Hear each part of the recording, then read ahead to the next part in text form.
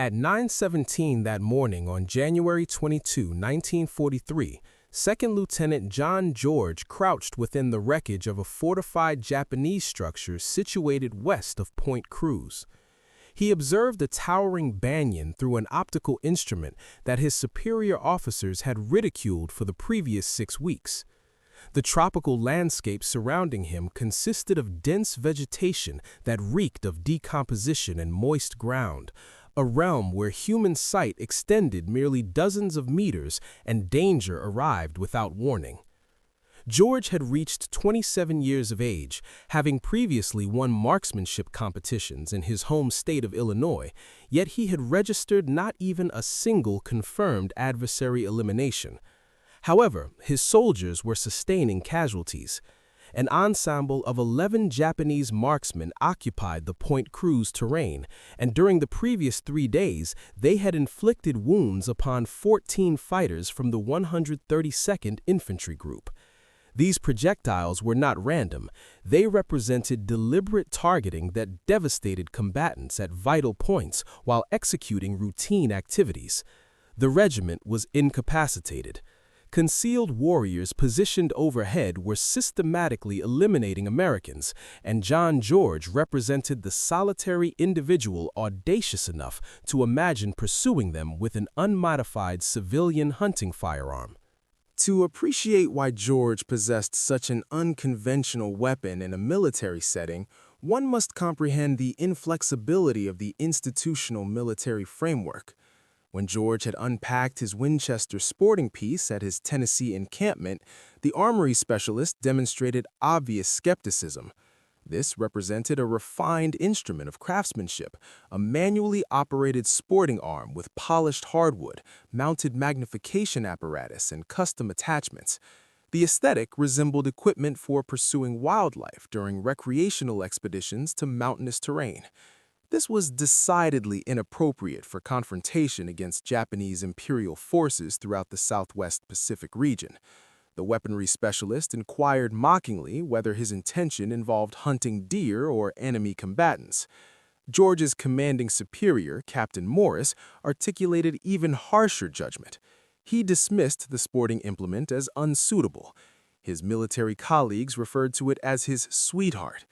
They demanded he leave this weapon behind and instead carry legitimate combat equipment consistent with his rank. The legitimately accepted firearm constituted the semi-automated M1 Garand. According to military doctrine, the experts possessed validity. The Garand represented the pinnacle of infantry combat technology during that era. It operated without manual intervention between successive discharges, permitting a combatant to project 8 projectiles at a rapid succession. It demonstrated durability, reliability, and overwhelming destructive capability that effectively suppressed adversary movement. When contrasted, George's Winchester exemplified obsolescence. Its operation necessitated physical manipulation, extracting the control, withdrawing the handle backward to expel spent material, then advancing it to load fresh ammunition. The magazine accommodated merely 5 cartridges. The mechanism was sluggish, the object weighed considerably, the construction was fragile. During close proximity combat, a Winchester wielder would face annihilation opposing a semi-automated operator. The military perspective was elementary. Sustained volume of projectile discharge determines military outcomes.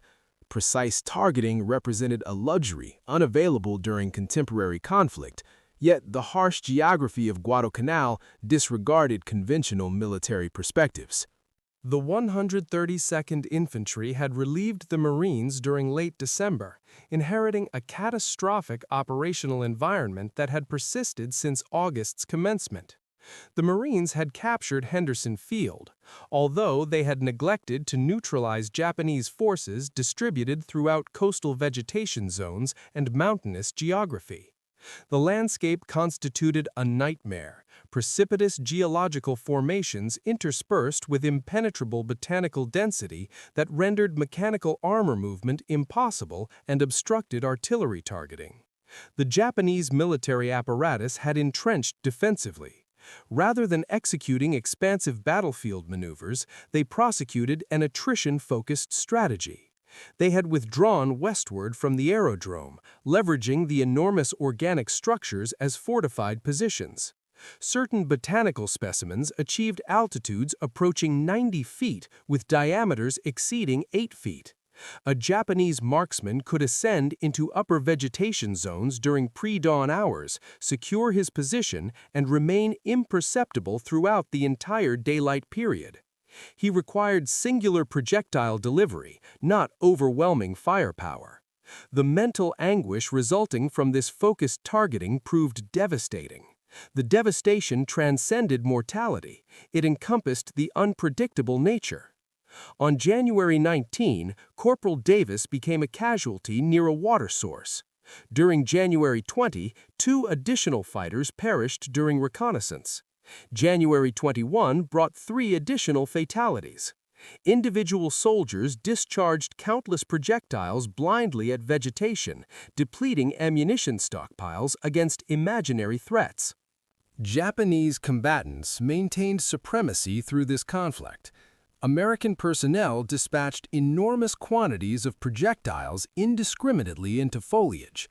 Japanese military forces maintained psychological advantage. The battalion's commanding officer observed his military personnel deteriorating from tropical illness and diminishing morale. The conventional countermeasure, augmenting projectile delivery apparatus and mortar systems, demonstrated ineffectiveness because the enemy remained undetectable. The commander comprehended his predicament. He sustained personnel casualties to an opposition force he could not visually distinguish. Enhanced destructive capacity represented inadequacy. A specialist marksman represented necessity. That evening, the battalion's superior summoned George. The situation had become grave. The marksmen were exterminating his regiment at velocities exceeding infectious disease casualties. The commander examined the young officer and posed the question that had permeated mess halls as persistent mockery. Could that mail-ordered firearm demonstrate any destructive capability? George remained resolute. He articulated his qualifications methodically. He had dominated Illinois state championship competitions at 1,000-yard distances during 1939. At merely 23 years, he had established records as the youngest victorious competitor in provincial history. He explained his capability to position 5 projectiles within a 4-inch circular area at 300 yards. He detailed his precision at 600 yards, utilizing basic sighting mechanisms. He articulated these capacities as established physical reality, not as self-promotion. The commanding officer listened attentively. Recognition of prestigious accomplishments mattered minimally. Terminating the slaughter represented his primary objective. He presented George with a final condition. Demonstration of capability was mandatory before sunrise. George utilized the nocturnal interval, preparing for what essentially constituted a suicidal expedition. He would venture independently, without observational assistance, without electronic transmission capability, into territory where 14 combatants had recently perished. Within his quarters, he disassembled the Winchester methodically. A viscous preservative coating covered the firearm from maritime transit, requiring comprehensive remedial treatment. He examined the magnification apparatus mounts, fortifying fasteners until maximal stability achieved. The optical device delivered limited magnification capacity, barely superior to unrestricted vision by contemporary measures. Compared to fundamental rifle sights on a Garand, it represented remarkable enhancement. This capacity sufficed to distinguish subtle motion and identify unnatural geometries within natural disarray. He loaded conventional ammunition, the identical cartridges other combatants expended continuously. His total transported ordnance encompassed 60 additional projectiles. The combined apparatus weighed substantially. However, George appreciated heftiness. Mass guaranteed stability. When the launching mechanism discharged, the instrument would maintain directional accuracy. He transported minimal provisions, examined his knife, and anticipated daybreak. As illumination increased, he progressed toward the captured fortification.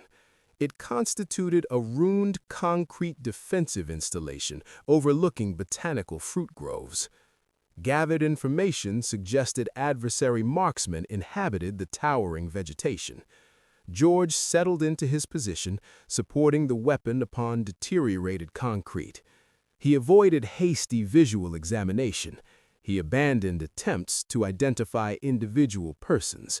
Rather, he scrutinized the environment systematically, examining sectors methodically and dissecting the botanical barrier ahead. Hours accumulated. Perspiration degraded his vision. Muscular fatigue accumulated. He persisted in observing, anticipating a concealed combatant to commit tactical misjudgment. Then, at 9:17, perception shifted. A vegetation appendage fluctuated. No atmospheric current existed. The environment remained perfectly tranquil. Yet 87 feet aloft, within a massive botanical structure 240 yards distant, vegetation dipped and oscillated. George became immobilized. He fixed attention upon that location. Repeated fluctuation occurred. Subsequently, obscured outlines materialized into recognizable form. A darkly garbed individual occupied the junction where organic appendages intersected. The Japanese combatant maintained eastward orientation, maintaining surveillance upon the logistical pathway where George's battalion transferred munitions. He anticipated opportunity for delivering terminal injury. He possessed no awareness that 240 yards laterally, the inappropriate firearm aimed directly toward his thoracic region. George elevated his apparatus and executed minute modifications. Lateral wind compensation. He positioned his visage against the wooden component. Respiratory regulation occurred. Partial exhalation followed by momentary suspension. The firing mechanism disengaged at precisely 3.5 pounds pressure intensity. George had invested extensive temporal investment perfecting this element during pre-combat training. Presently, comedic discourse terminated. Technological superiority debate resolved. Singular consideration persisted, whether a recreational competitor possessed sufficient capability for eliminating a professional combatant. George contracted his digit upon the launch mechanism. The Winchester recoiled against his anatomical structure, an acquainted sensation from numerous peacetime practice occasions. However, this event differed fundamentally. The detonation resonated throughout the moist atmosphere as a powerful acoustic phenomenon. 240 yards distant, the darkened silhouette convulsed violently. Gravitational force functioned instantaneously. The Japanese combatant rotated backward out of the vegetation junction. The projectile launcher separated from his anatomical grasp as he descended 90 feet toward the botanical floor. His body impacted the vegetation beneath, an occurrence George could not audibly perceive but emotionally comprehended. Stillness permeated the location. The threat vanished. George demonstrated no celebratory behavior. He remained emotionally controlled. He mechanically manipulated the rifle mechanism. The steel apparatus lifted, withdrew, ejected the heated metallic remnant with sharp acoustic signature that momentarily seemed excessively audible within the abrupt atmospheric stillness. He propelled the operating mechanism forward, extracting fresh ammunition and engaging the firing position. His optical apparatus remained fixed upon the vacant organic junction. George possessed understanding his superior officers lacked. Japanese marksmen operated as coordinated duos. If vegetation contained a shooter, concealment contained observational personnel bearing weaponry and undoubtedly experiencing antagonistic intention. Celebration represented fatal miscalculation. The operative observational specialist would terminate George's existence. George commenced methodical vegetation examination, manipulating his apparatus with agonizing deliberation. The magnification capability necessitated minute-by-minute investigation. The botanical canopy presented nightmarish qualities, shadows, and illusory formations. Every botanical vine resembled a projectile launcher. Every botanical growth resembled military headwear. Reliance upon ocular faculty remained necessary. He persisted for 26 periods of observation, perspiration degrading vision, ants inflicting discomfort, maintaining constant vigilance. At 9:43, discovery occurred. 60 yards from the primary botanical structure, within different vegetation, motion registered. A combatant was descending, positioned somewhat lower, approximately 50 feet aloft. Having registered the detonation and witnessed his associate's demise, he attempted escape. This combatant had identified their location compromised. Catastrophic error. Ambulatory behavior represents existential jeopardy for marksmen. George directed his apparatus. He compensated for downward motion. Respiration, compression, detonation. The secondary marksman collapsed rearward, descending through vegetation, contacting botanical debris with rapidity matching his predecessor. Consecutive engagements, consecutive eliminations. George refreshed ammunition supply from reserve stocks, maintaining muscular equilibrium. The inappropriate implement functioned appropriately. By midday, George had neutralized 5 Japanese marksmen. Knowledge distributed throughout the battalion like electrical transmission. The personnel who had invested 6 weeks generating mockery concerning his male-sourced possession discontinued their ridicule. They initiated petition to observe his operational execution. George dismissed them expeditiously. Spectators attracted attention. Attention attracted destructive response.